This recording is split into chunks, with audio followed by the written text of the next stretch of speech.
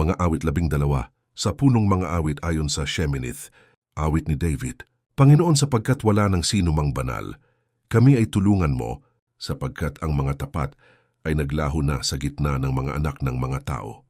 Bawat isa ay nagsasalita ng kabulaanan sa kanyang kapwa. Sila'y nagsasalitang may mapanuyang mga labi at may pusong mandaraya. Naway putulin ng Panginoon ang lahat ng mapanuyang mga labi, ang dila na gumagawa ng malaking pagmamalaki, ang mga nagsasabi. Sa pamamagitan ng aming dila ay magtatagumpay kami. Ang aming mga labi ay nasa amin. Sino ang Panginoon namin? Sapagkat ang dukha ay inagawan. Sapagkat dumaraing ang nangangailangan, titindig na ako ngayon, sabi ng Panginoon. Ilalagay ko siya sa kaligtasang kanyang minimithi.